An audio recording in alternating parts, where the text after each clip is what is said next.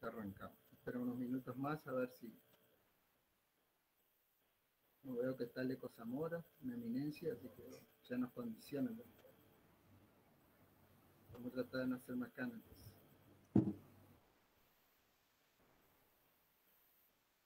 Como siempre. Como siempre. Buenas noches, chicos. ¿Me escuchan? Buenas noches. Sí. Perfecto. Bueno, para la aclaración, ya arrancamos en unos minutos y le pedimos por favor que silencien los micrófonos para evitar ruidos ambientes e interferencias. Y todas las preguntas que quieran hacer, lo pueden hacer a través del chat y nosotros vamos tomando las preguntas y después la licenciada va a ir contestando una a una. ¿Se entiende? ¿Se escucha bien? Perfecto. Ok.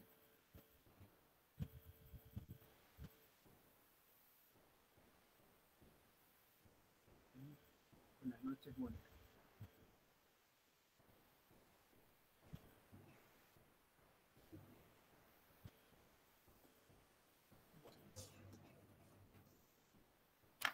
Vamos.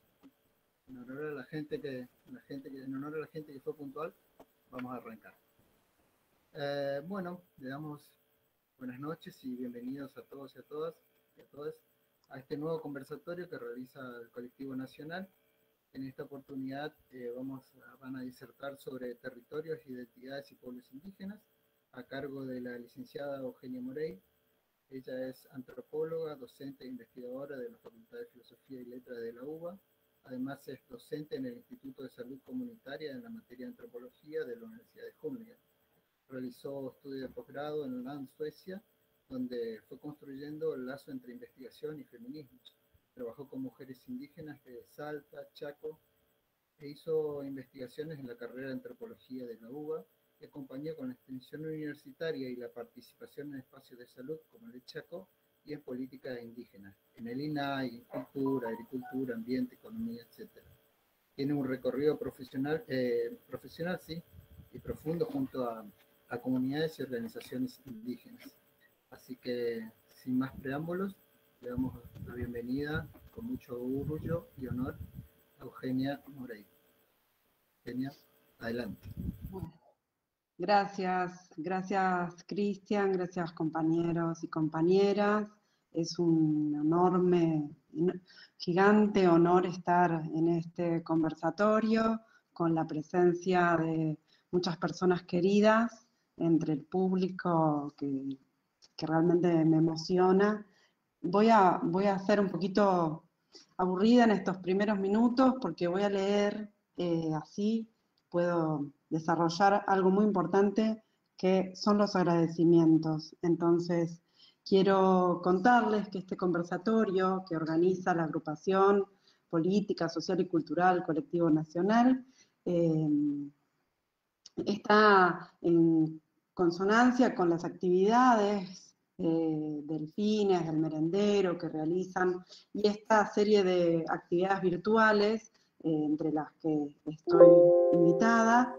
Y quiero contarles también que Cristian Armando, con quien nos reencontramos hace un par de años en una situación difícil, que nos encontramos sobre todo con compañeras y compañeros en un hospital, y nos pusimos a charlar un poco de las políticas públicas, de los desafíos de esta democracia, y de quién éramos nosotros, que cuándo nos habíamos conocido, y qué nos había pasado en esta vida todos estos años. Nos conocimos cuando éramos muy jovencitos, y ahora somos menos jovencitos. Entonces, quería contarles también que en este reencuentro, en el área de salud y en las políticas públicas, fui construyendo junto a los pueblos originarios un vínculo que Cristian me decía, bueno, qué bueno charlar sobre esto, nunca me imaginé que iba a ser en un conversatorio tan amplio.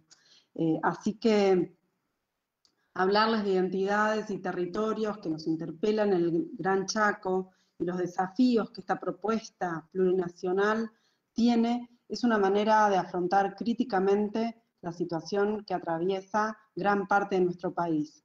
Me imagino que es un dato importante para todos nosotros tomar en cuenta que en el censo 2010, el Censo Nacional de Población, hubo un registro de casi 1 millón de personas que se reconocían como pertenecientes de un pueblo originario, y muchas de ellas hablaban alguno de sus idiomas o reconocían que alguien de su familia lo hacía.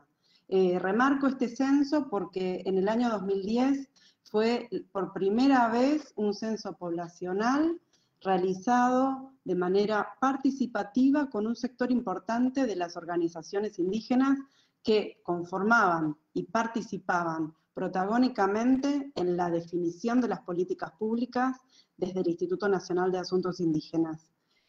Creo que es muy relevante. Acá está Oscar Ernesto Talero de Rosario, que es integrante del equipo del Espacio Plurinacional Indígena Cambá y de Bocapar, y participa activamente y había sido uno de los gestores de una inmensa participación que llegó a casi 120 referentes a nivel nacional de un país que para el 2010 tenía un registro pleno en todas sus provincias de población indígena organizada formalmente, jurídicamente.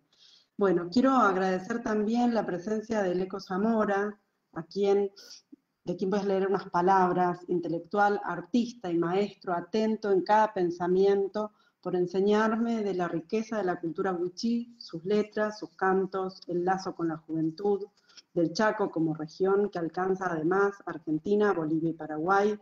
Con él, el enorme trabajo realizado desde 2007 con su libro Ecos de la Resistencia me permitió conocer también a otro importante referente de la juventud para mí en aquel momento, que fue Juan Chico y Mario Fernández, con sus libros Napalpí, La Voz de la Sangre, y Los Com de Chaco en la Guerra de Malvinas, una herida abierta. Es desde esas guías que me indicó Leco también que miro la experiencia del Instituto de Cultura con su lema de aquel momento: Chaco, todas las culturas. Ese mismo lugar que fue emplazamiento de un nuevo proyecto nacido en 2014, es decir, como es el Centro de Documentación Indígena Nol Ham Tuet, que seguramente lo leo mal, que según relata una de sus referentes, surge de la necesidad de los trabajadores indígenas del Instituto de Cultura,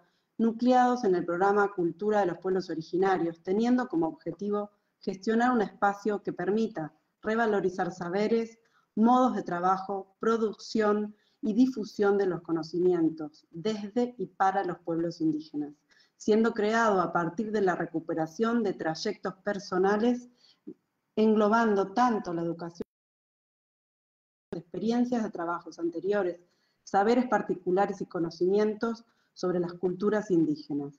Está conformado por pensadores, intelectuales, artistas, artesanos, escritores, archivistas, bibliotecarios, estudiantes de gestión cultural, educación y diseño gráfico, que asumen esta labor desde la gestión indígena, para crear el Centro de Documentación Indígena, y quienes gestionan, administran, producen y brindan servicios son indígenas de los pueblos que habitan y habitaron la región, definiendo la temática culturas indígenas como la base misma de su trabajo. Agradezco también enormemente a una mujer que para mí ha sido guía en mis caminos de investigación junto a las organizaciones indígenas y a las distintas comunidades en Salta. Me refiero a Octorina Zamora, mujer wichí, con quien comparto miradas y experiencias, a quien admiro y respeto con su sabia mirada y palabras que iluminan en su andar de mujer estrella. Con ella, en Chaco, desde el 2014, realizamos varios trabajos de denuncias, reflexiones, debates ante las miradas conservadoras y cómplices en torno a abusos y violencias contra las niñas, niños y adolescentes en el pueblo wichí. Además, quiero resaltar también que en agradecimiento a colegas que guiaron mis caminos por el Chaco, colegas de los equipos de salud, y como son Liliana Encisa, médica pediatra, coordinadora del programa Adolescencia y del Ministerio de Salud de la provincia de Chaco. Ella desde 2009, junto a Liz Mobilio, sostiene la coordinación de este programa con enormes desafíos en línea de lo que habíamos trabajado ya con Octorina.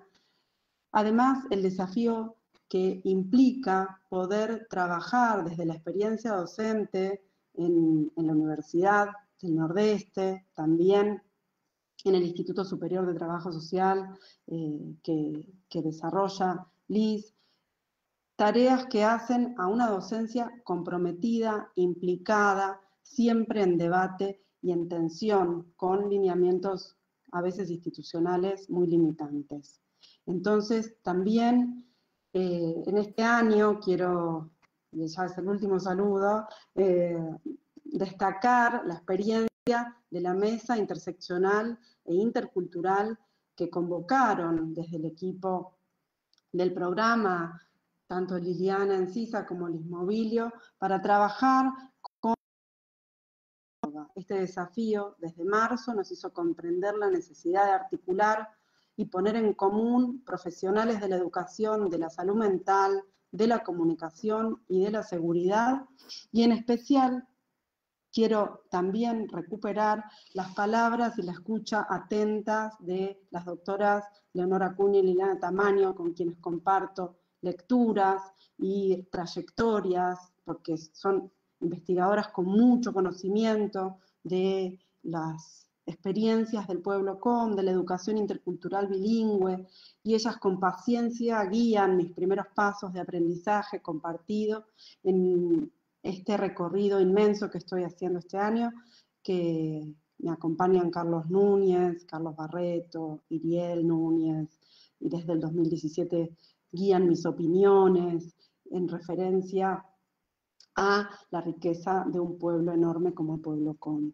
También le agradezco particularmente a Mónica Medina, que ha hecho posible que yo pueda tomar contacto con algunos trabajos de las investigadoras que se nuclean en el Núcleo de Estudios de Lenguas Minoritarias Americanas, que tiene sede en el Instituto de Investigaciones Geohistóricas del CONICET y la UNE. Es difícil comenzar un trabajo que aparece como individual cuando en realidad es producto de un día a día cotidiano, colectivo, compartido, con compañeras de distintos pueblos originarios, como es el pueblo también, en la gran extensión de lo que en su momento fue el Gran Chaco, como puede ser la provincia de Córdoba, estudiando también las implicancias que ha tenido la historia de falta de reconocimiento de derechos laborales con los pueblos originarios, ¿no? Ya, que han hecho una honda experiencia migratoria que llega, cuando hablamos del Gran Chaco, nosotros no podemos dejar de hablar de Córdoba, de Rosario, de Buenos Aires, también para tener una mirada de las experiencias que se van compartiendo. En esta mirada también desde las experiencias de la política pública, quiero resaltar la figura de Gladys Canelo, una referente sumamente importante de estos últimos años de mi vida, porque es a partir de su experiencia crítica como docente universitaria y como referente del pueblo comechingón de Córdoba, con quien interpelamos las lógicas de la academia muchísimas veces, además del movimiento indígena. Entonces, terminado este recorrido que también un poco me presenta, quiero contarles que me parece fundamental resaltar algo que ya vine compartiendo un poco en los medios. La provincia de Chaco es una provincia que en términos jurídicos tiene un avance enorme en el reconocimiento del necesario replanteo de las políticas públicas en la letra escrita. Esto quiere decir que en Chaco la realidad de los pueblos indígenas es maravillosa. Por supuesto que no. Nos marca, como nos ha marcado creo en la historia de Chaco, un llamado de atención a la construcción de un país que está siempre en tensión, ¿no? Yo siempre recuerdo que Chaco tiene por lo menos otro nombre más en un momento histórico. Chaco es la provincia Presidente Perón, también en la historia. Y Chaco es la guerra del Chaco y la guerra del Paraguay, además de las masacres ocurridas tras la dictadura, durante la dictadura y posteriormente todo lo que nos falta por recuperar. Cuando nosotros hablamos del Gran Toba hoy en Resistencia, necesariamente recorremos la sanguinaria historia de la dictadura cívico-militar para entender qué pasó en ese lugar en el que viven más de 4.000 personas y del que no se sabe mucho por fuera del barrio. Creo que eso habla de los silencios y las voces que nos permitimos escuchar, de las que permitimos hablar. Entonces, es importante también resaltar que la provincia de Chaco es una de las provincias con mayor historia organizativa en materias asociativas y de cooperativas.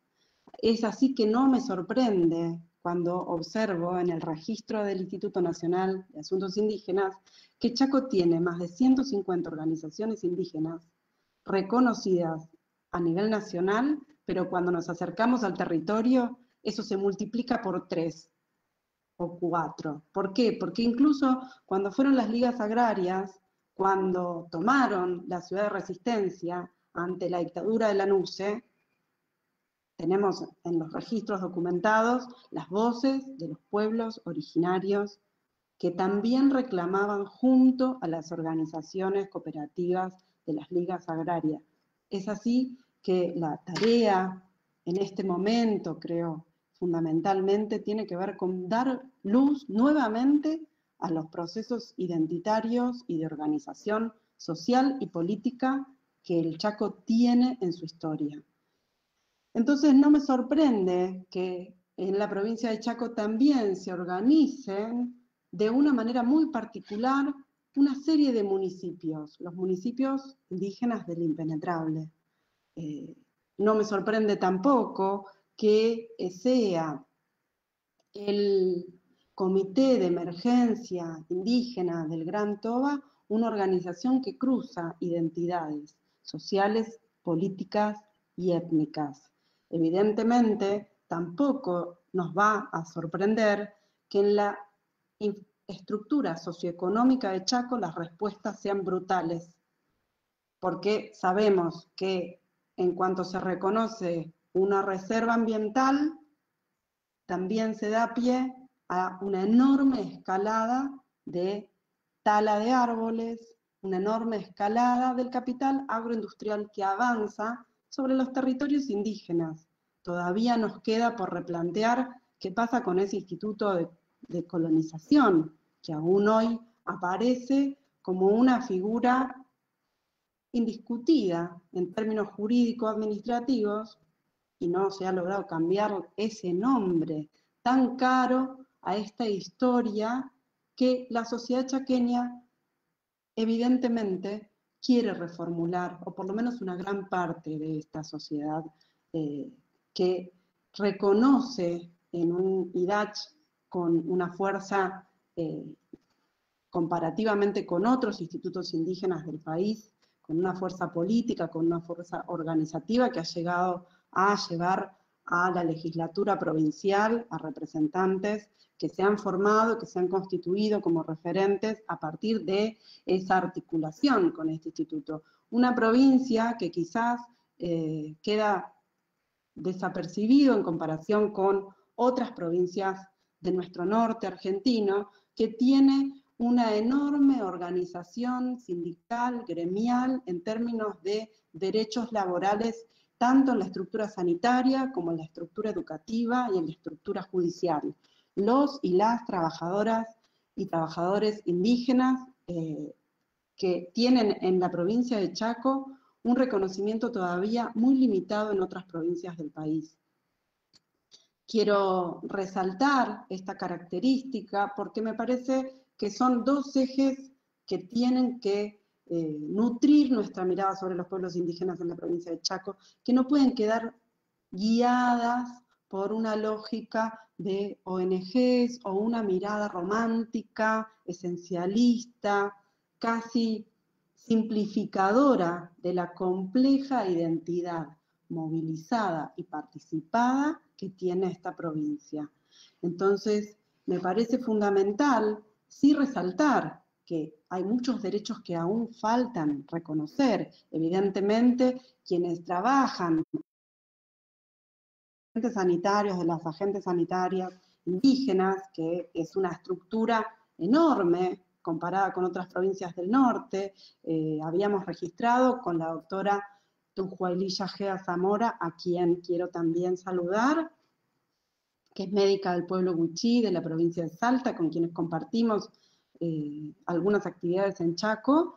Habíamos registrado más de 250 agentes sanitarios indígenas reconocidos y articulados en red en la provincia, juntamente con la red de enfermeros, enfermeras, médicos y médicas de los pueblos originarios en la provincia, con ejercicio de políticas públicas, en tanto asumen labores, tareas, trabajos y responsabilidades en la construcción nada más y nada menos que de la política sanitaria.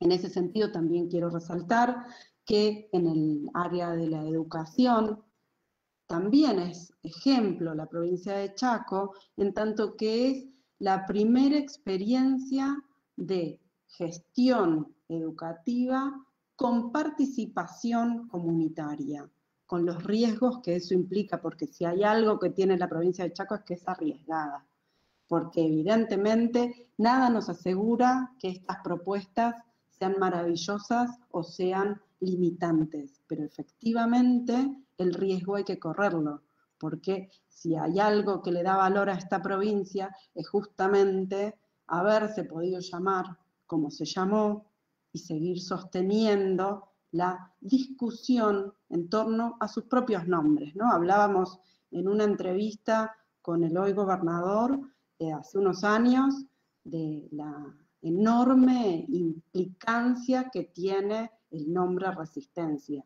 ¿sí?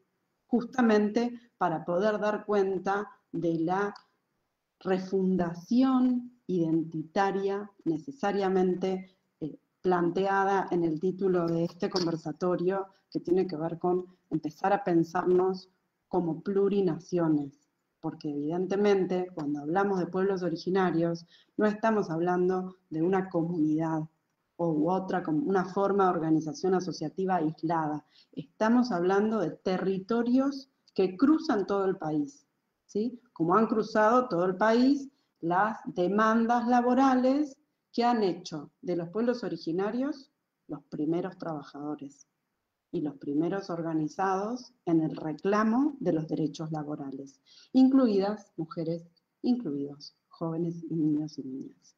En ese sentido, quiero también compartir con ustedes la enorme dificultad para pensar la plurinacionalidad cuando tenemos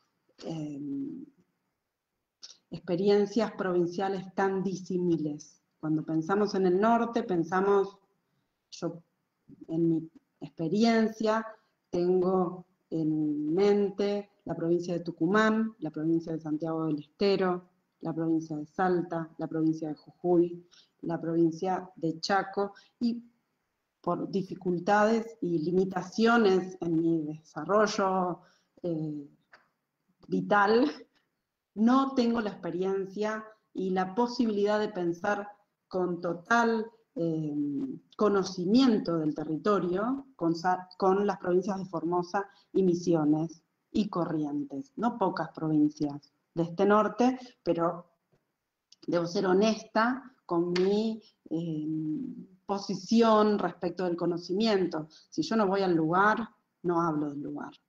Entonces, quiero también resaltar que yo hablo desde mi experiencia de investigación, pero también hablo de mi experiencia de vida. Yo vengo de una familia con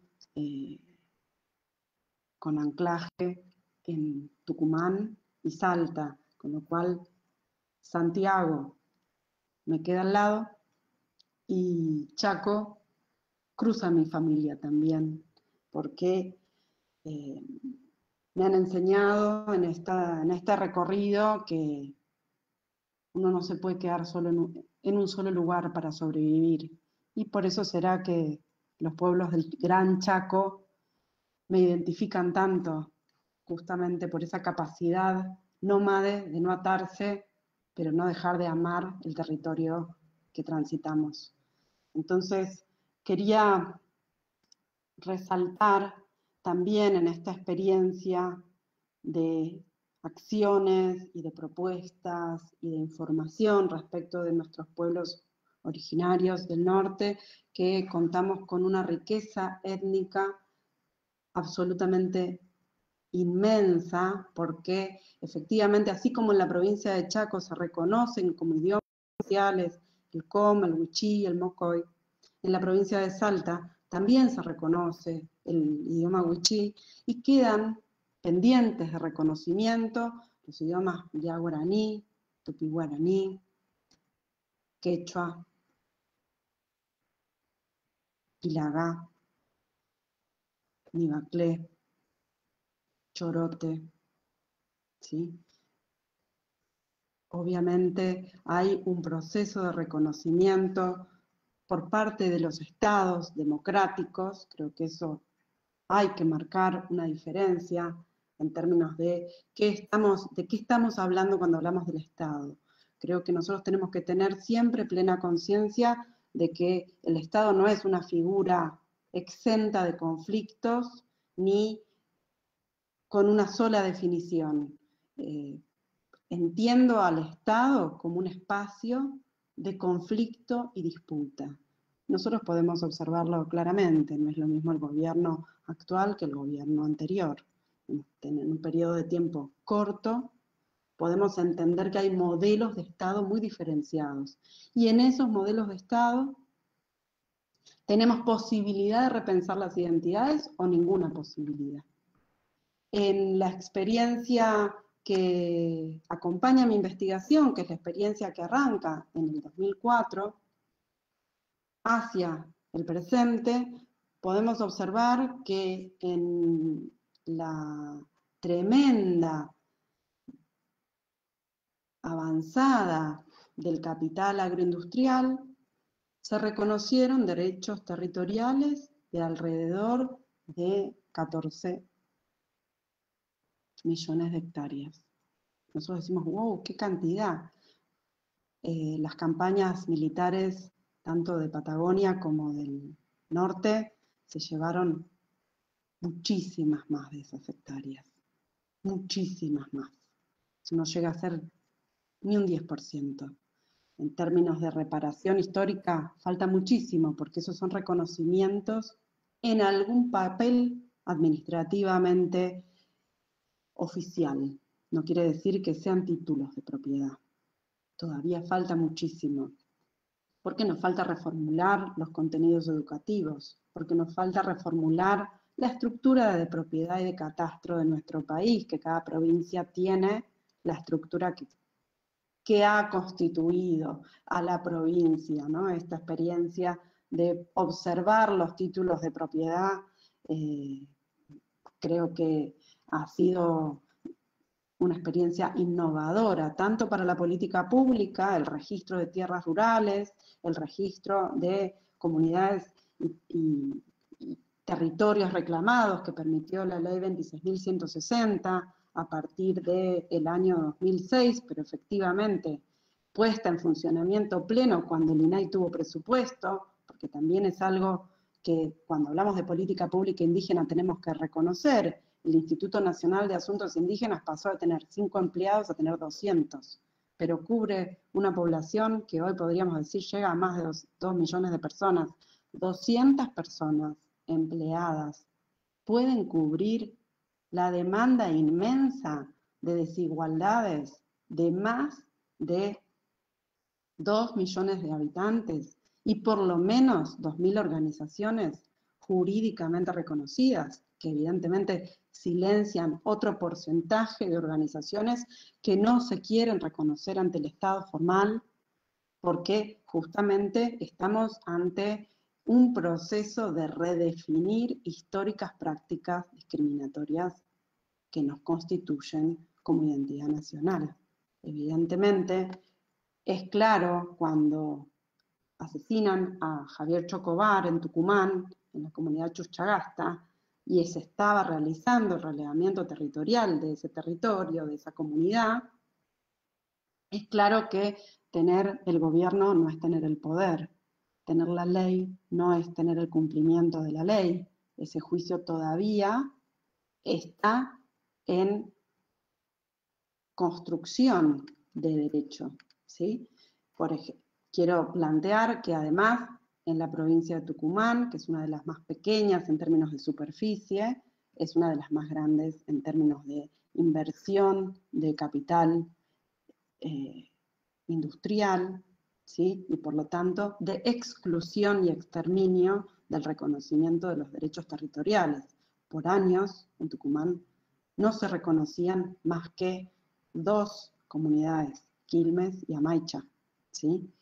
En el 2015 se logra realizar un relevamiento de la totalidad de reclamos territoriales en la provincia de Tucumán, algo impensado para una provincia que sufrió no solamente el operativo Independencia, la dictadura, sino que el gobierno del dictador en épocas democráticas, ¿sí?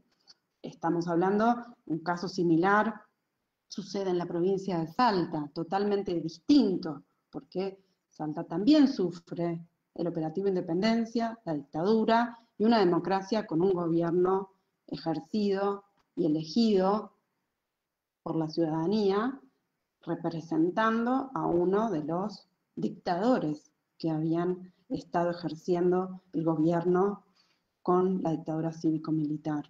Eso entiendo y quiero poner en discusión, porque eso evidentemente es una deuda de nuestra sociedad y nuestra democracia, y nos explica algo que hoy aparecía en algunas charlas, que es por qué la represión policial se ejerce de manera tan brutal en un sistema democrático como el nuestro y en un contexto de derecho a la movilización, a la, además, sistemática forma que elige el pueblo del Chaco, porque no me ha pasado en ningún otro lugar, más que en Chaco, llegar y saber que había, si no había alguna movilización, es que algo raro estaba pasando. Porque si hay una provincia constantemente movilizada, esa es la provincia del Chaco. Yo creo que si hacemos un registro periodístico no vamos a encontrar un día en el que no haya algún sector movilizado de la provincia. Pueden ser sectores alineados o pueden no ser alineados en una misma ideología. Pueden ser reclamos populares o reclamos elitistas, pero la provincia se moviliza. Evidentemente, la respuesta de seguridad responde también a determinadas historicidades y deudas que hay de nuestra democracia para tratar de replantear cuál es la respuesta que aceptamos como válida ante determinados actos de reclamo, movilización, expresión de una demanda pública. En este sentido, quiero reconocer y poner en debate también que es la provincia de Chaco la única provincia que cuenta con la experiencia de una guardia indígena. ¿Qué quiere decir esto? ¿Qué pasa? Porque en abril me llegaron algunas consultas al respecto. Y entonces yo creo que sería importante, porque Chaco es bandera, es vanguardia para la política pública, y la política pública se construye desde la realidad, entonces, ¿qué pensamos con esta forma de organización de los territorios comunitarios? En ese sentido, recalquemos qué son las comunidades indígenas.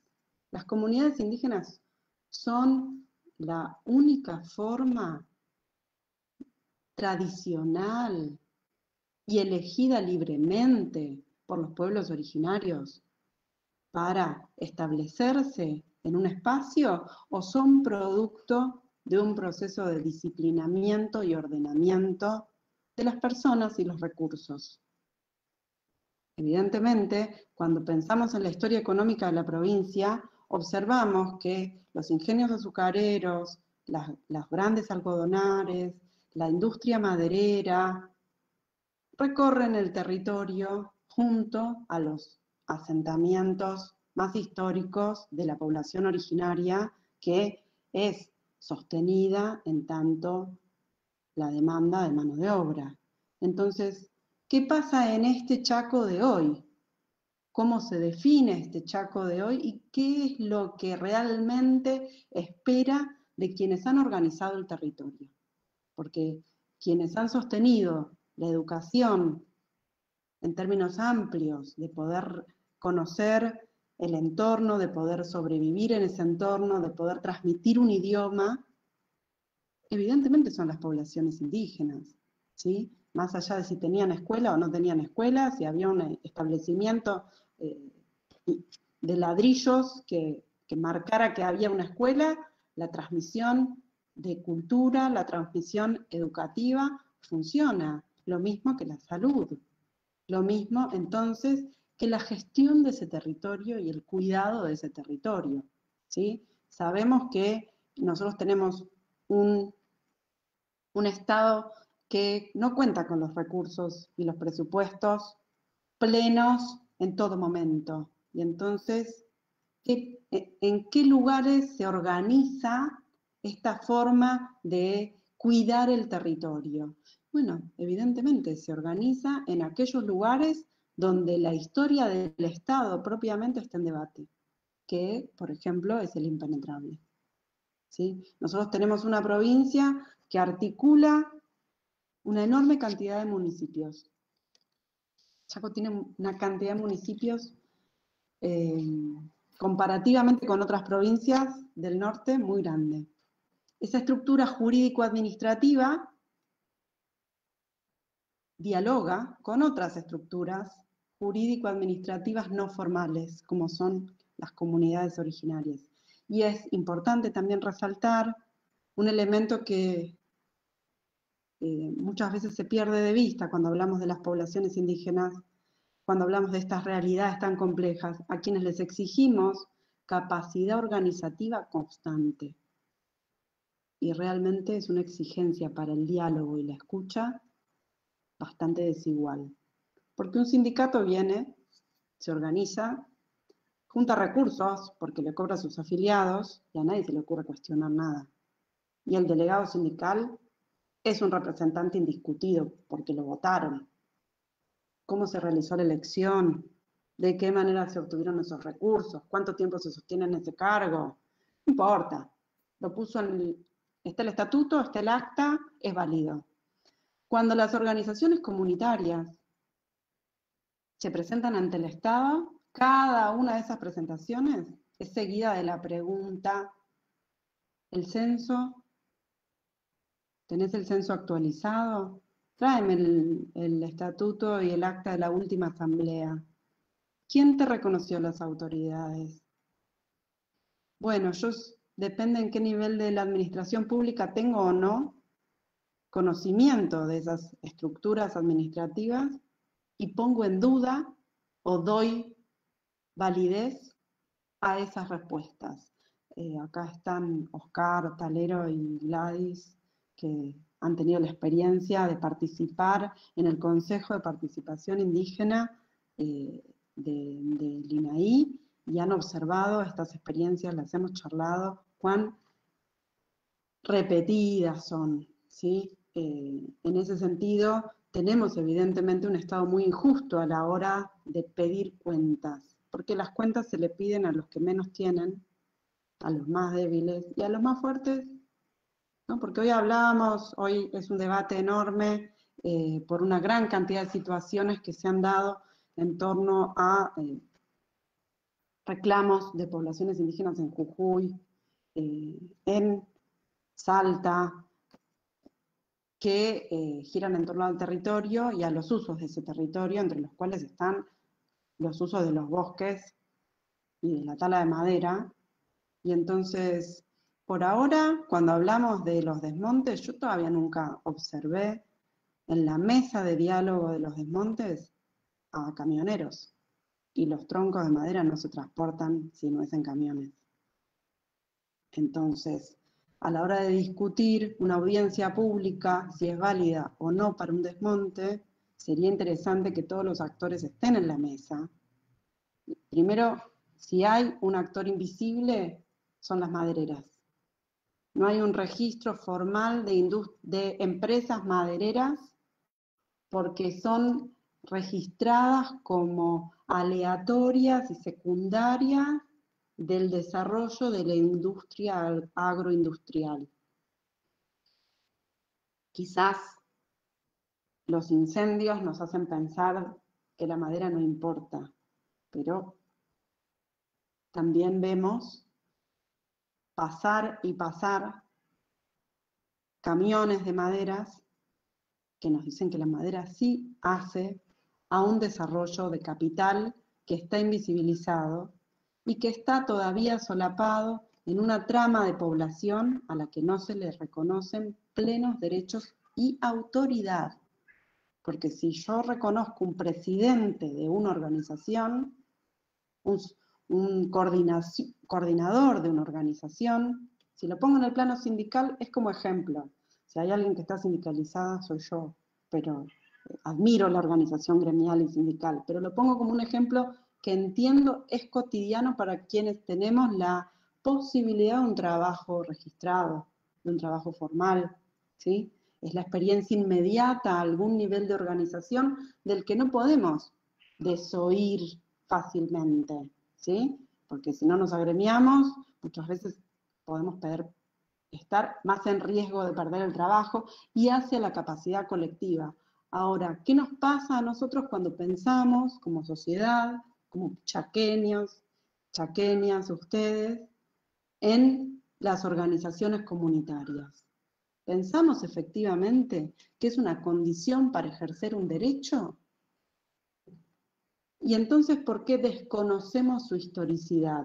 Solo en la ciudad de Resistencia y sus aledaños hay más de 30 organizaciones comunitarias de las 150 que hay en la provincia de Chaco.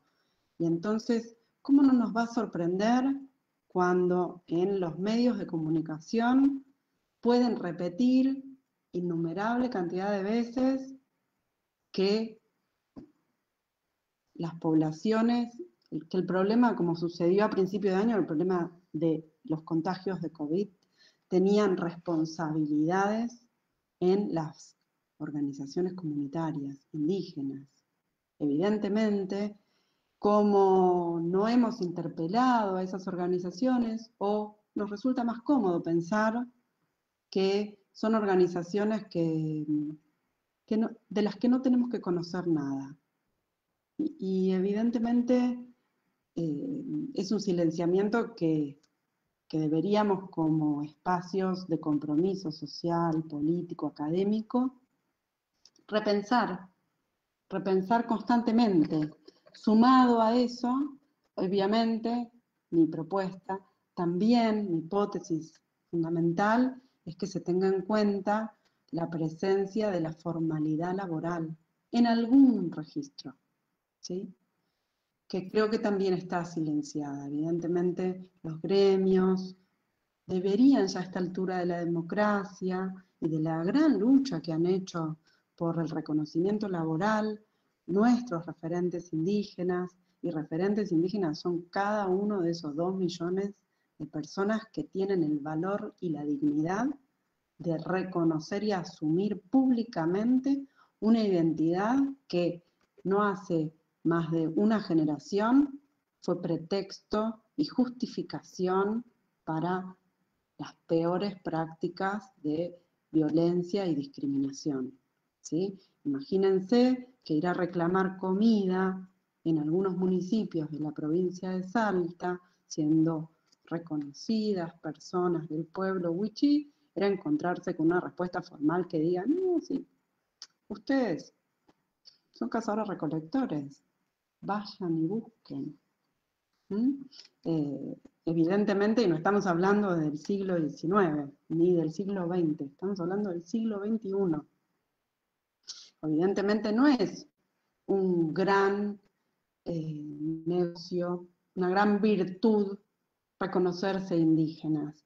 Es como pensar que reconocerse trabajadores nos da derechos.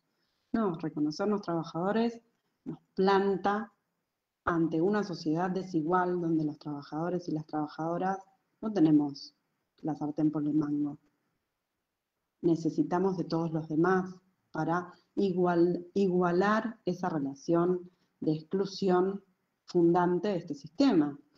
En ese sentido, creo que la legislación, la legislatura, tanto de la provincia de Chaco como el propio municipio de Resistencia, sería un lugar muy importante para revisar y buscar aquellos momentos de avance de derechos que permitieron reconocer en alguna medida la necesaria refundación de las identidades plurinacionales que hoy este conversatorio propone. Son más de 40 naciones y pueblos originarios en nuestro país. Se distribuyen en todas las provincias del país, pero el norte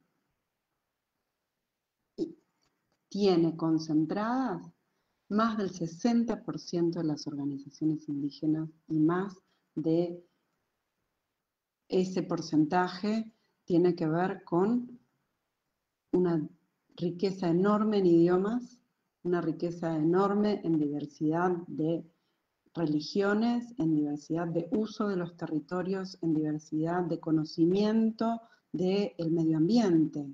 Entonces, si nosotros pudiéramos en cada uno de los lugares donde estudiamos, formamos, informamos, tener ese registro presente, quizás podríamos también invitar a una transformación.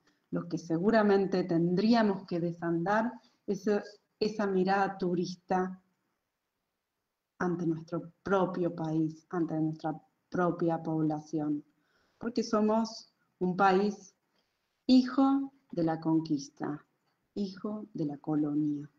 No solamente hijos, porque cuando hablamos de la guerra del Chaco, que a mí me parece un momento histórico fundamental a revisar, la guerra del Paraguay también, pero la guerra del Chaco, cuando hablamos del norte, nos está diciendo la enorme tensión entre Estados Unidos y Gran Bretaña en torno a los intereses sobre nuestros territorios petroleros, pero también de otros recursos naturales. Y eso pasó hace poquito más de 75 años, poquito más de 75 octubres. Estamos bastante cerca. Muchos de quienes estamos quizás en este conversatorio hemos sido partícipes de las conversaciones de nuestros padres, de nuestras familias, en torno a aquel momento tan dramático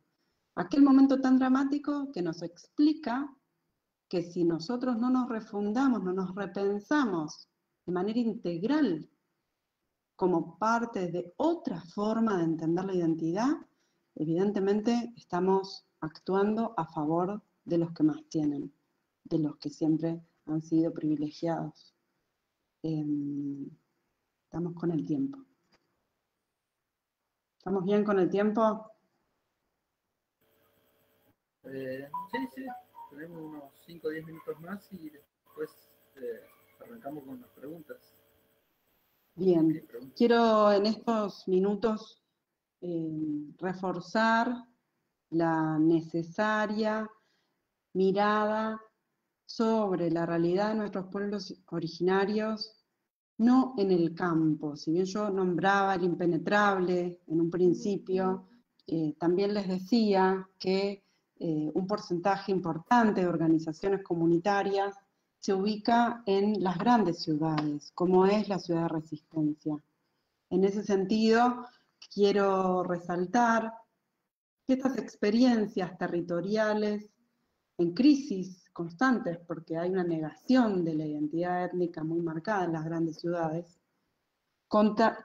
se acompaña por una mirada romántica de las identidades y de las prácticas étnicas, porque es en las ciudades donde vamos a consumir artesanías, es en las ciudades donde se van a buscar consumos de productos y de leyendas y lecturas sobre nuestros pueblos originarios, pero también es en las ciudades donde menos queremos encontrar la realidad inmensa y presente de los pueblos originarios, de los pueblos indígenas, ¿sí? Que son aquellos que construyen nuestras casas, que limpian nuestras casas, que cuidan nuestros niños y niñas, que cuidan nuestros ancianos y ancianas, que hacen esas tareas urbanas que todavía hoy no tienen pleno derecho y pleno reconocimiento. No solamente nos quedamos atrás con el Estatuto del Peón Rural, sino que también nos quedamos atrás con el reconocimiento de aquellas mujeres que han sostenido a esta clase media argentina tan fácilmente llevada a sostenerse como parte de la estructura de élite, en lugar de entender que esta figura de clase media, en términos conceptuales, analíticos, es muy limitada, porque estamos hablando de trabajo o de capital. Y realmente, si alguien cree que puede emplear a alguien para que limpie, a alguien para que cuide, es que cree que tiene más capital que trabajo en su vida.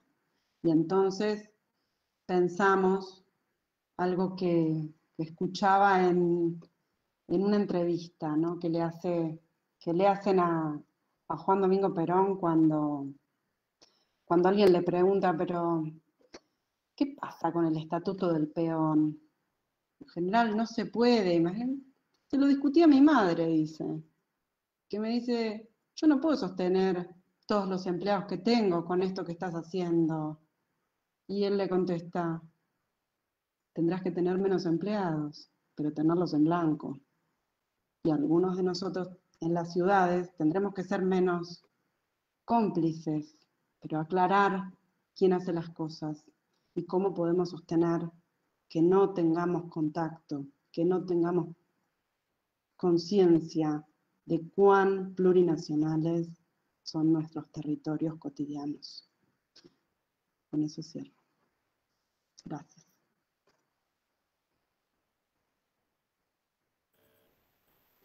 Bueno, muchas gracias, Eugenia. La verdad que muy, muy esclarecedor y la verdad que nos abre, digamos, a muchos interrogantes. Como les decía, el chat está abierto. Si quieren hacer alguna pregunta o dicen, y bueno, habilitamos el micrófono. Agradecer la presencia de todos. Bueno, si alguien quiere hacer una pregunta, me avisa y si no... Sí, yo.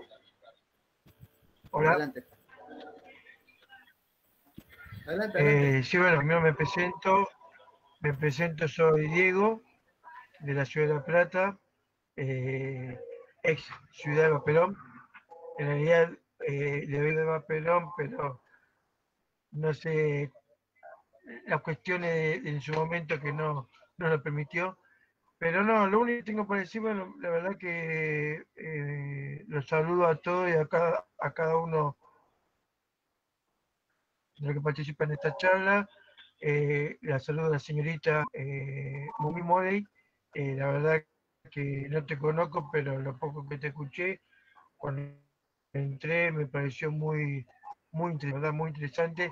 Me gustó mucho el último ejemplo que diste del estatuto del peón, ¿no? La charla esa que no la tenía esa puntual, la verdad que no la tenía. Y nada, digamos, contarle que yo acá en La Plata soy parte, soy secretario adjunto del Frente Territorial de la Militancia. Nada, me gustaría de contactos, digamos, de charla, mejor dicho, de charla con los compañeros de que nos organizan la charla y bueno, y demás. Y nada, y acá estamos para seguir, digamos, es muy importante que más en estos tiempos actuales de pandemia, la, forzar, forzar cada vez más los vínculos, a pesar de la distancia, creo que estamos en un tiempo que no es menor. Así que desde mí, desde mi compañero, les paso el saludo a ustedes y ojalá que este tipo de conversaciones sigan siendo mucho más. Muchas gracias, Diego. Muchas gracias. Bueno, acá transmito una pregunta, ya había participado en algunas expresiones de Wanda Peña, denunciando un poco lo que hacen en el tema de los parajes en la zona de los frentones, digamos, en esa zona de los parajes, en las salas nocturnas. Y acá hace una pregunta que no sé si la vamos a poder responder porque dice: ¿qué avances existen en las legislaciones sobre los derechos de los pueblos originarios? La verdad que es... Sí, Juanita. Es muy general la pregunta, pero creo que es importante resaltar, por ejemplo, que los territorios indígenas, el derecho territorial indígena también son parte de nuestra Constitución Nacional. En algunos casos, como nosotros tenemos la Constitución Nacional y después tenemos los códigos, digamos, las leyes, y entonces que se diga en la Constitución Nacional no es suficiente para que se cumpla, ¿sí? Si bien en la Constitución Nacional se reconocen los derechos, derecho a los territorios, el derecho a un territorio que además de ser referido a la ancestralidad de estos territorios, también tiene que ver con una reparación histórica, ¿sí? Porque han sido reconocidas las mudanzas, las movilizaciones, las exclusiones de los territorios originales hacia otros lugares, y entonces hay la posibilidad del reclamo del propio territorio y de territorios reparatorios, ¿sí? Nosotros vemos que hay registros en los que se han realizado reconocimientos en base a la Constitución Nacional de lotes urbanos, entonces, y que no necesariamente son referidos a haber sobrevivido en esos lotes desde que se fundó el Estado-Nación, sino que tiene que ver con el reconocimiento de una histórica forma de avasallar a estas poblaciones negándoles el acceso al territorio pleno. Es parte de ese reconocimiento de derechos la Ley de Educación Intercultural Bilingüe, ¿sí? Que está en debate constantemente y está en construcción. La Ley de Educación Nacional, otra de las 26.000 que quienes estamos trabajando sobre algunos avances en derecho y en derechos con perspectiva de inclusión social, hemos hecho esa categorización, ¿no? La 26.160, la 22.061, las leyes 26.000 en general han sido leyes reparatorias de derecho, donde se incluye también la ley de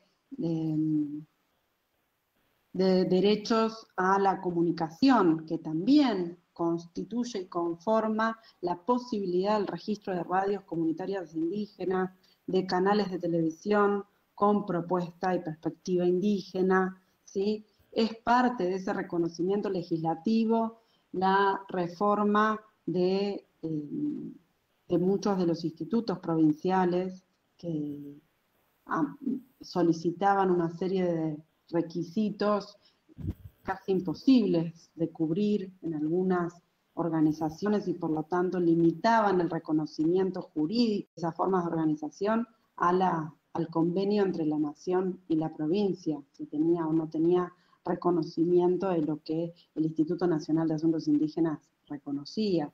Es parte del reconocimiento de derechos en la legislación.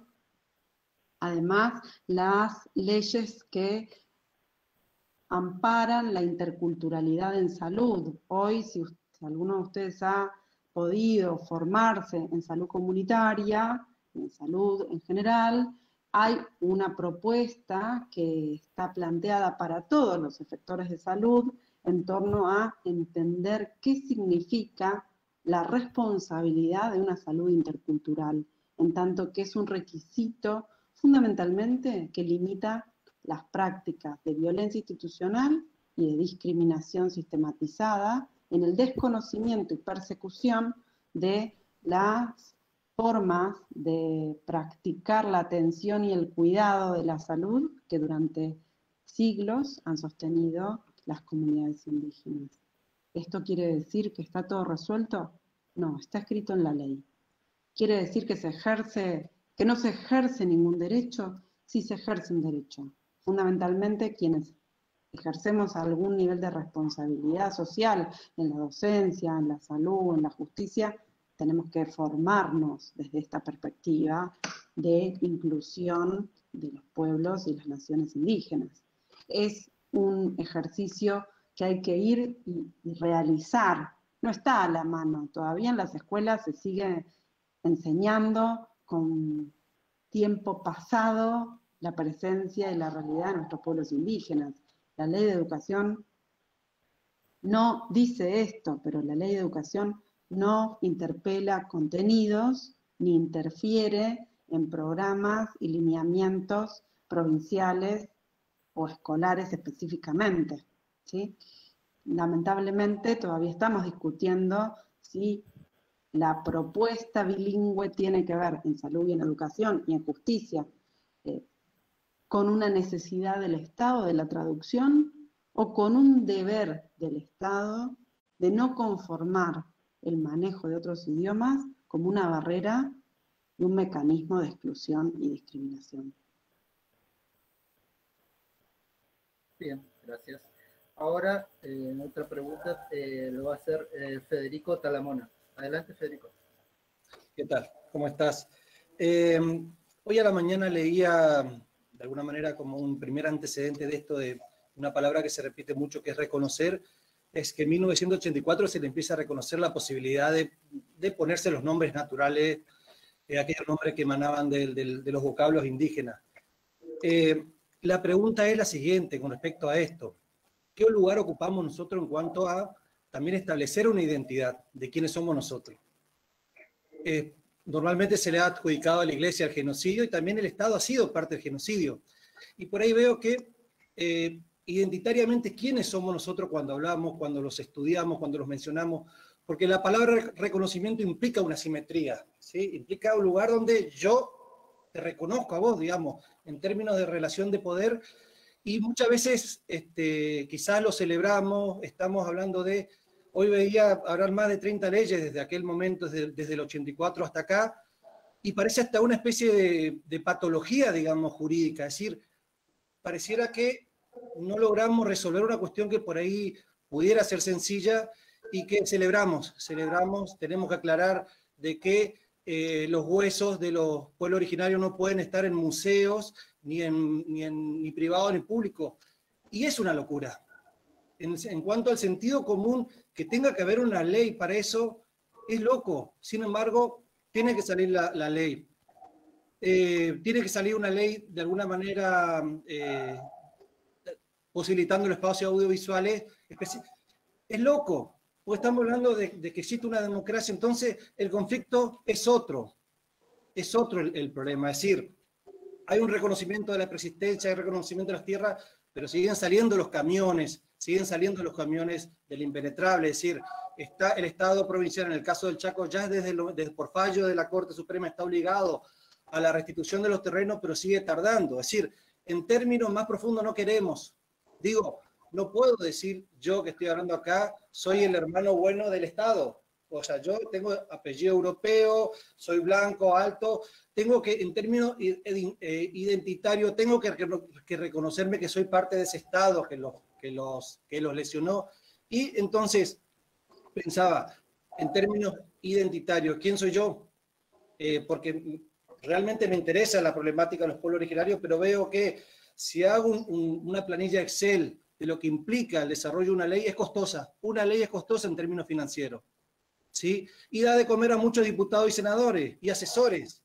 Entonces, si multiplicamos el costo, lo que implica la promulgación de una ley en términos concretos, económicos, de combustible, de papel, de análisis, de tiempo, de café, de coima, no coima, es una millonada de guita y no está volcado. O sea, yo me voy hoy al impenetrable porque estoy justamente investigando sobre infancia indígena y lo cierto es que la UNICEF lo sigue marcando como un grupo de extrema vulnerabilidad, ¿sí? Es decir, yo a veces me pregunto si no es más fácil quitar las manos de ahí y empezar a juntarme con los blancos y decir, che, loco, qué cagada que hicimos, ¿sí? Busco un antecedente, al igual que la Alemania nazi, los alemanes tuvieron que indemnizar a todo aquello que afectaron con el genocidio. Sin embargo, nosotros como blancos, evidentemente, no logramos saber de qué es el vecino el que trae el camión del impenetrable, es mi diputado, mi senador el que está, o sea, me es mucho más fácil, ¿sí?, estudiarlo, investigarlo, darme cuenta, reflexionar, pero me cuesta a mí decir, no, la verdad que al igual que el católico y al igual que el Estado, soy parte del genocida. Y a partir de este lugar, de reconocerme como parte identitario del genocida, tengo que empezar a iniciar un proceso de reflexión, ¿sí?, y de restitución, no de derecho, porque el concepto de derecho es nuestro, y echa la ley, echa la trampa, siempre la concepción de derecho es nuestra. Entonces, por eso digo, organizate en una ONG. Esa no es la forma de organizarse los pueblos originarios. Se van a organizar de acuerdo con lo que tienen, pero nosotros ya lo naturalizamos y esta nos sirve como para trampearle y decirte, bueno, tráeme la lista de 10 personas, no, pero tiene que ser 5 mujeres y 5 varones. Siempre hay alguna trampa en cuanto a la ley. Entonces, Federico, sí. ¿puedes redondear? Porque hay otras personas que quieren... Perdón. Bueno, el tema es qué lugar ocupamos nosotros, ¿sí?, en este conflicto de identidades. Gracias. Tengo una respuesta muy sencilla. ¿Quiénes somos nosotros? Yo creo que la identidad es una definición en relación con, ¿sí? La identidad en términos antropológicos, que es lo que conozco, no se puede definir unilateralmente. Realmente yo me identifico con el pueblo al que pertenezco. Vengo de una familia que se hizo trabajando y yo estudié mientras trabajaba porque no tenía otra manera de sostener el estudio. La universidad y la educación públicas en nuestro país posibilitaron una movilidad social. Mis abuelos no llegaron a terminar la primaria.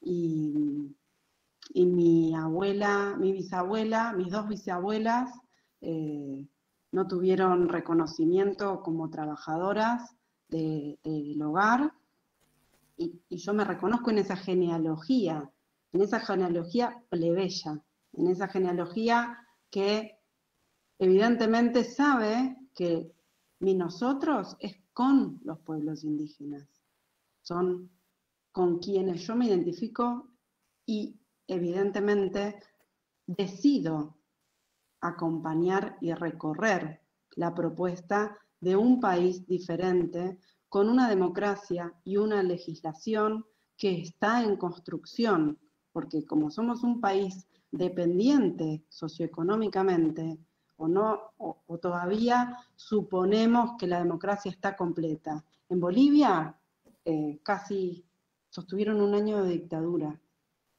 Como país latinoamericano, como país que se reconoció plurinacional, tuvo que soportar un año de dictadura.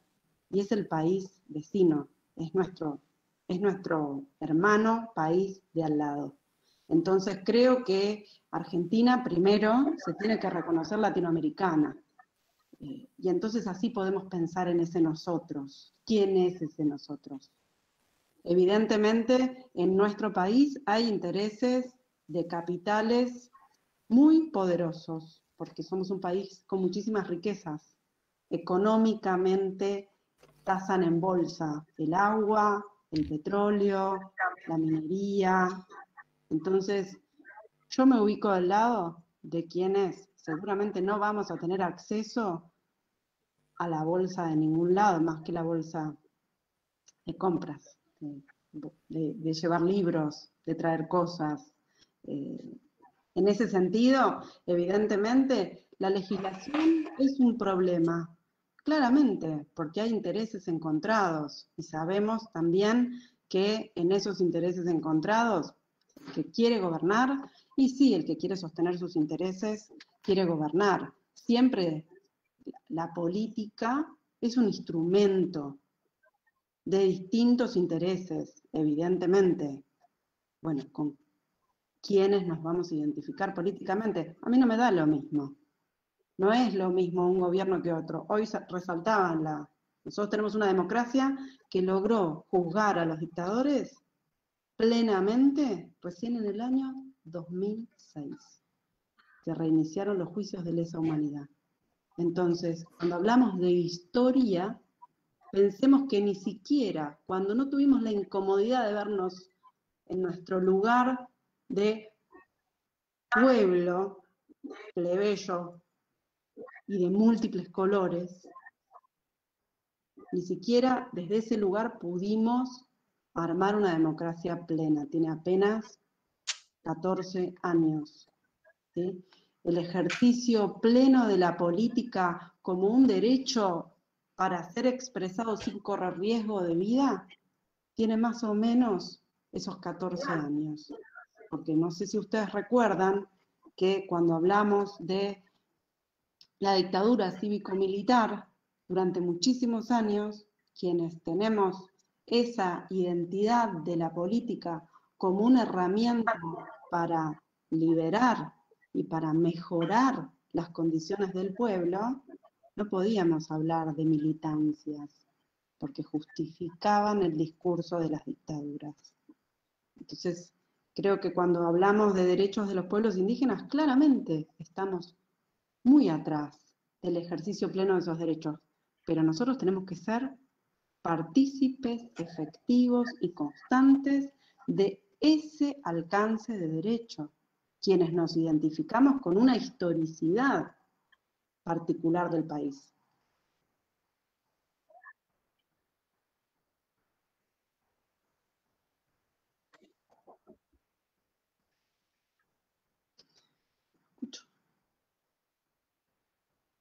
No se te escucha, Cristian. Perdón. Ahora le toca a Daniel Fortunato de Tirol. Tu pregunta, por favor, gracias.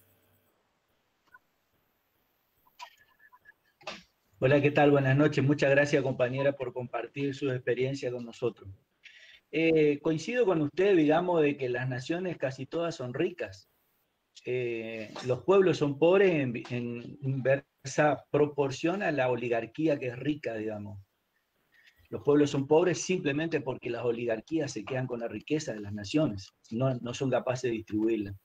Pero quería abordar dos cuestiones con usted, a ver cuál es su mirada. Por un lado, ¿cómo está en la Argentina el tema de la guerra comunitaria? Porque sabemos que en Bolivia, por ejemplo, ha sido una experiencia muy exitosa y ha permitido, digamos, que la tierra no sea un valor de especulación. Y la segunda cuestión que le planteo es si no tenemos que repensar lo que usted hablaba de la municipalización como manera de alcanzar servicios a los hermanos aborígenes en esa zona remota. Yo tuve la oportunidad de hablar con Diego Soneira, digamos, que fue un referente en estas cuestiones en el Impenetrable, y él planteaba eso como inevitable.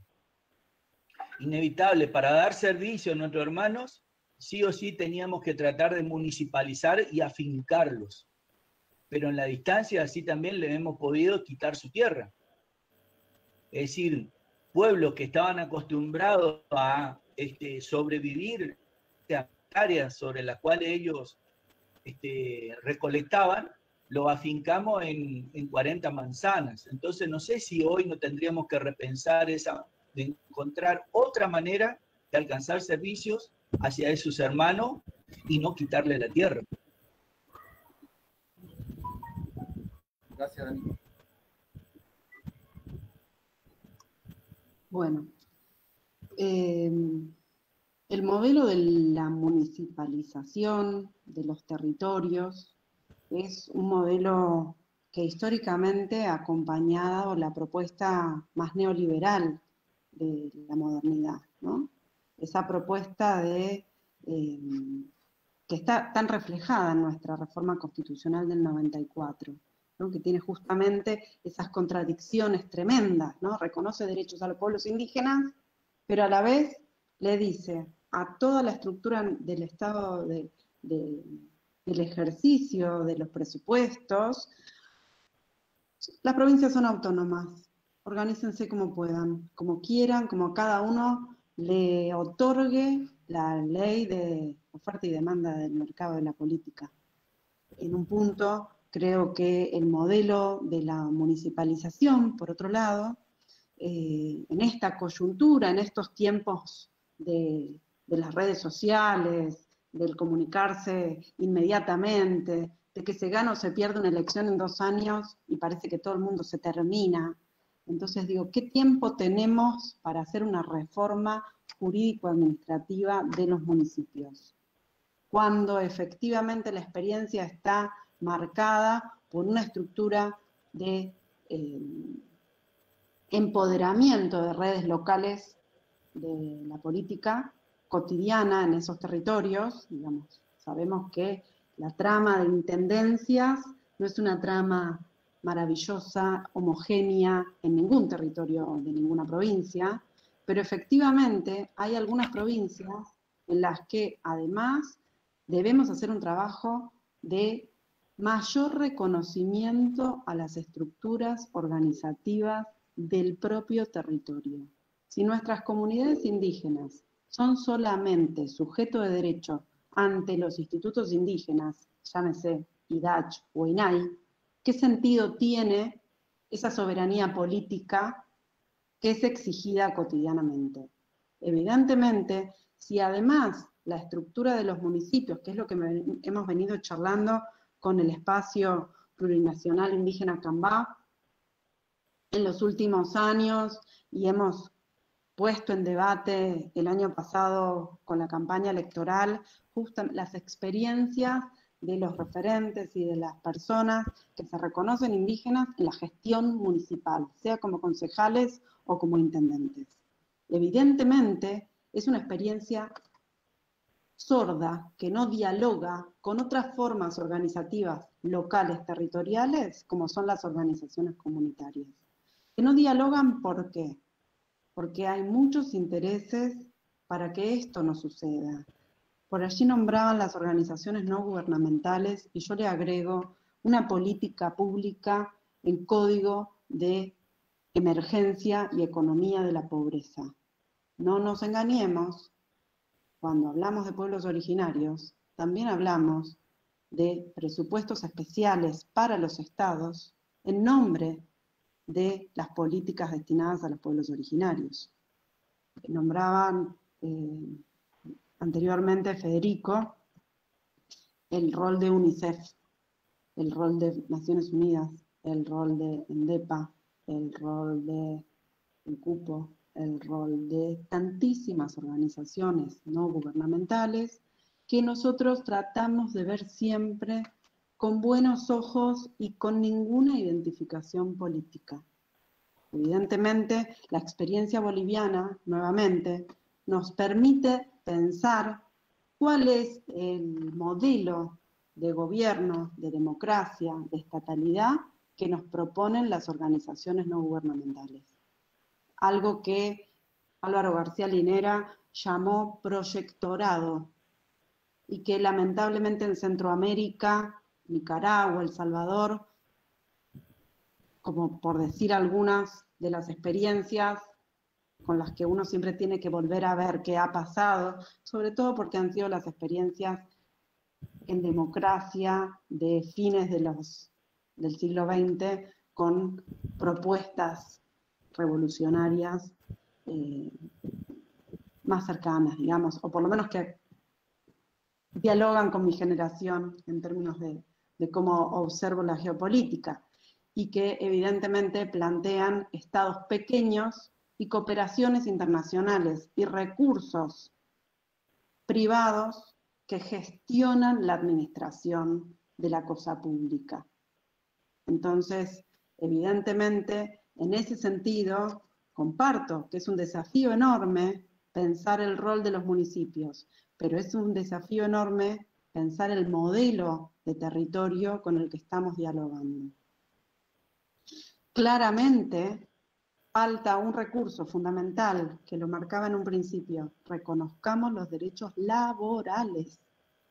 No podemos exigir un nivel de organización tan complejo y constante, puesto en duda cada vez que se presenta un papel en la administración pública de alguno de sus niveles, sin ningún reconocimiento a la labor que lleva la administración de una organización.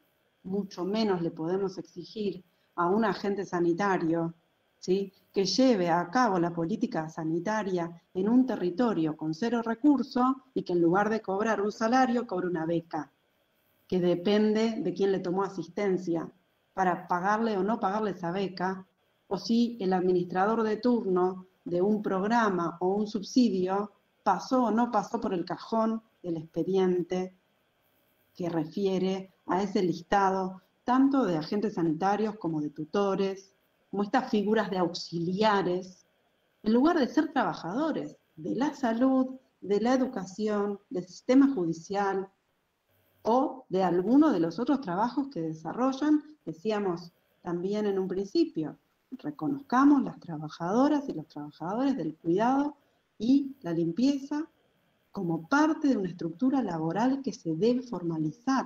Si nosotras, las mujeres, hacemos un reclamo, logramos un ministerio y todavía no discutimos el lugar del cuidado y la limpieza como parte de un trabajo que necesita ser reconocido para empezar a hablar de derechos, ¿de qué hablamos entonces cuando hablamos de reconocimiento pleno de derechos? ¿Se empieza por arriba o se empieza por abajo? Pero se empieza por arriba y por abajo y se sigue por el costado. Entonces hay una responsabilidad que hace al día a día nuestro, de cada práctica efectivamente llevada adelante. En ese sentido, quiero resaltar un lugar también para mí importantísimo, que es el lugar de la propia disciplina o de la propia universidad, donde nosotros no podemos seguir siendo el mejor trabajador o el mejor recurso para el reclamo de las organizaciones no gubernamentales de subsidios extras, de prácticas especiales, ¿sí? Porque la economía de la pobreza es una gran economía. Ok, gracias. Bueno, ahora una pregunta de Palmira, que hizo una pregunta clara y sin rodeo, como plantea Tato Figueredo. Y la pregunta es, ¿por qué no alcanza con enseñar y aprender en lengua originaria?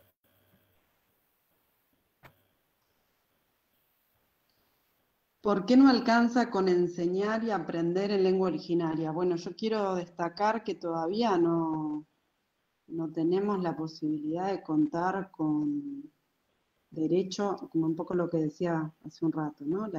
Los educadores bilingües no están reconocidos como educadores dentro de la estructura educativa. Y realmente que alguien hable dos idiomas en un sistema formal y burocrático como es el sistema educativo, debería incluso ser un pago extra, porque es un esfuerzo mental enorme. Por otro lado, nosotros no tenemos todavía un reconocimiento formal de aquellas personas que han convivido y sostenido un plurilingüismo como condición de supervivencia, que son quienes están obligados muchas veces, incluso a riesgo de perder el reconocimiento de su identidad por parte de varias instituciones, a mantener ese plurilingüismo a costa de todo. Quiero decir, si nosotros nos encontramos con una población que constantemente es puesta en fragilidad por hablar dos idiomas, ¿cómo le vamos a pedir que se considere protagonista, orgullosa, digna de merecer incluso el reconocimiento salarial por esa capacidad?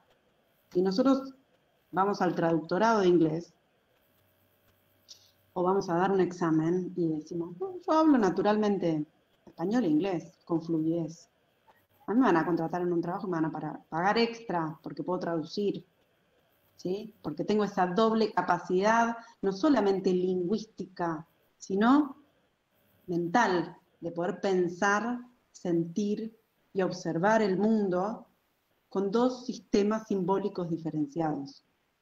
Con los pueblos originarios, todavía cuando nosotros hablamos de bilingüismo o plurilingüismo, estamos pensando en la dificultad que puedo llegar a tener yo, que soy antropóloga y hablo solo español. Si voy a trabajar con el pueblo wichí, no conozco su idioma, y nadie me pide un mínimo reconocimiento, ni siquiera cuando termino el doctorado, no digo cuando empiezo la carrera. Estamos lejos de pensar honestamente en el plurilingüismo que sostienen los pueblos indígenas a pesar de todos los pesares. Perfecto. Bueno, la verdad que creo que ya hay unas preguntas. Sí, hay muchos agradecimientos para vos, Eugenia, y quiero leer uno en particular. Quiero agradecer a la licenciada Eugenia Morey por la claridad con que nos ilustró. Se nota que camina a la par de los pueblos, lo cual es sumamente necesario. Más académicos formados e informados que nos conviene ese conocimiento académico con respecto a nuestros pueblos para facilitarnos las herramientas para la lucha por los derechos, tanto territoriales como humanos de nuestros pueblos indígenas. Doctorina Zamora, mujer wichí, embarcación Salta. Gracias. Bueno, son varios los agradecimientos, pero me parecía que eso debía resaltarse, sobre todo por Doctorina, ¿no? Bueno, creo que no hay más preguntas. No, ya son las 9:30. ¿Podemos hacer una foto? Si pueden prender las cámaras, que puedan. Los que puedan, si puedan prender las cámaras. Muchas gracias, Eugenia. Muchas gracias a todos y a todas. Muchas gracias a todos y a todas y espero encontrarnos nuevamente. Gracias. Sí, muchas gracias, licenciada, y el encuentro colectivo.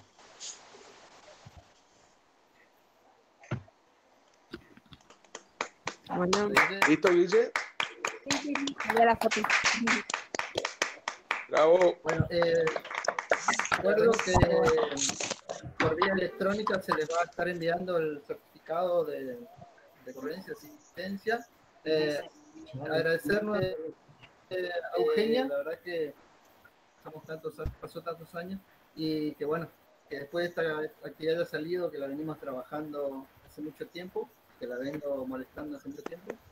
Así que agradecer a los compañeros de la organización y bueno, este sábado tenemos otro conversatorio, como les dije, a las 19 horas con el vocero de prensa de Néstor Kirchner, Núñez, así que también están invitados. Así que nada.